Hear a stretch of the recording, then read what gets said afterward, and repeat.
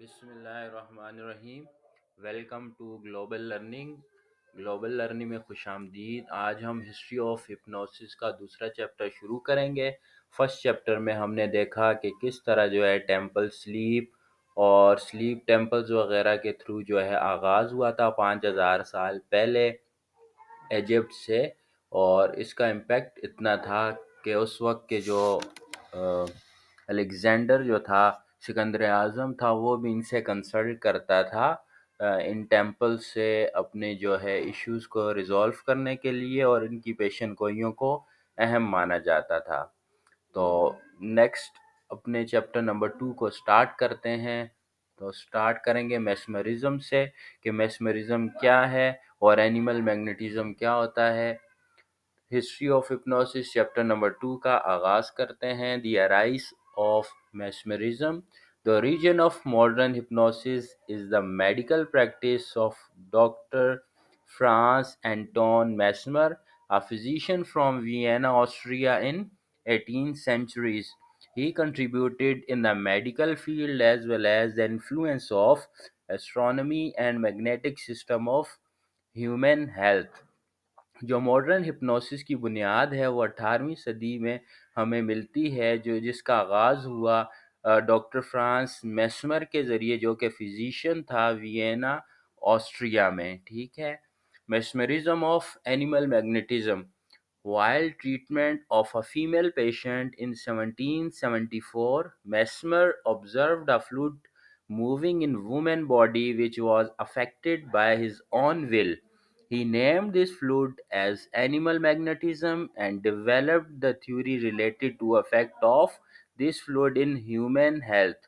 According to Mesmer, there is a magnetic fluid in every human body flows around his body, and the blockage of this fluid caused emotional or physical disease.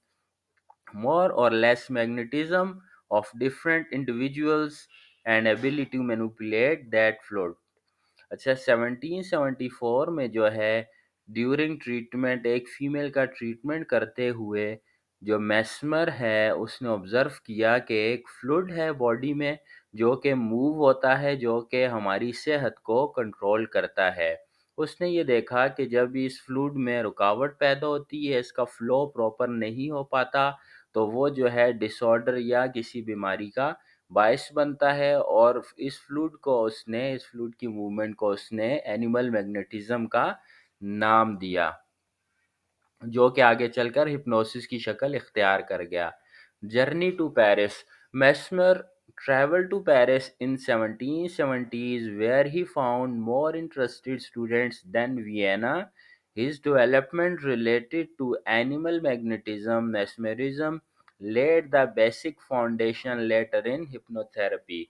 1770s में उसने जो है मैस्मर ने जो है वो travel किया Paris की तरफ, जहाँ पर उसको और ज़्यादा इंटरेस्टिंग स्टूडेंट से जिन मुलाकात हुई, और जो कि ऑलरेडी बुनियाद रख चुका था मैस्मेरिज्म की, जो कि आगे चलकर हिप्नोथेरेपी की बुनियाद बना। A contemporary doctor well explain the mesmer techniques. इस बारे में एक डॉक्टर mesmerism को इस तरह डिफाइन करता है: The patient received the air of mystery, and the effect has been studied. An apartment with mirrors and dim light with pin drop silence observed. The strain of music floated in the room.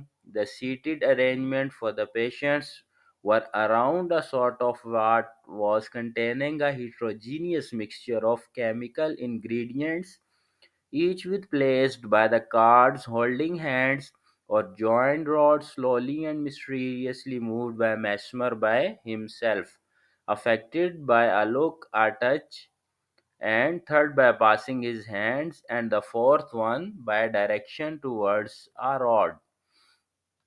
First person got hysteria, second got epileptic, the third with convulsions and fast heart palpitations, and the fourth one got impairments in the body.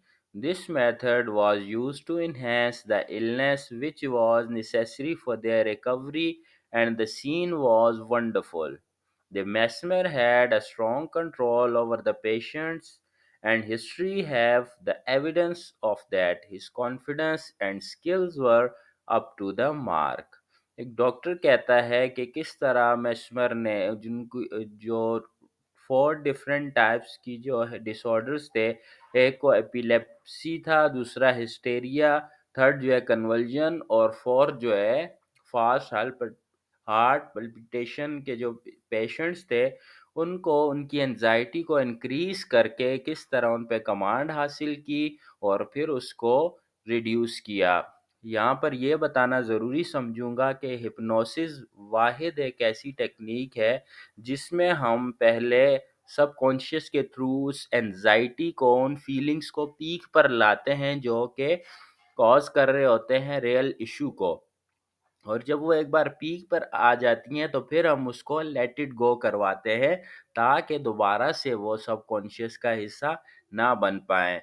तो same Mesmer ने भी उन सारे disorder के लोगों की anxiety को up to the peak किया और फिर उनको रिमूव किया, और वो सारे उसकी उंगलियों के इशारे पे काम कर रहे थे, यानी कि प्रॉपर तौर पर अंडर ट्रांस थे।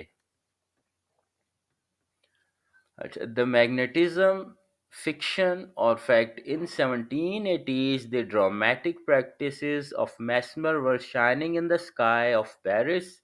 Even the King Louis himself gathered a panel of scientists to examine the animal magnetism, fact or fiction. The panel was included on the top scientists of the century, such as Joseph Wilton, Jean Bailey, and the American ambassador of France, Benjamin Franklin। 1780s में जो है magnetism इतना मशहूर हो गया कि उस वक्त के जो किंग लुइस थे, उन्होंने एक पूरी कमेटी बनाई ये जांचने के लिए कि मैग्नेटिज्म ख्याली बनाया गया कोई ख्याल है या ये रियलिटी में एग्जिस्ट कर रहा है, यानी वो जो फ्लूइड है क्या उसकी हकीकत है या वो सिर्फ जो है ना बनाया गया है अपनी चीज़ों को एनहांस करने के लिए। After a strong observation and investigation of a month, the panel determined that there is not a fluid discovered by the mesmer, and the treatment is just getting successful by the imagination of the patients. The mesmer reputation got affected after the commission determination, and he back to Vienna, his birthplace, and spent his last 30 years of life here in Vienna. In 19th century, some people still practice the animal magnetism, and some of them used that by doing some changes, and even still some performing it in stage shows.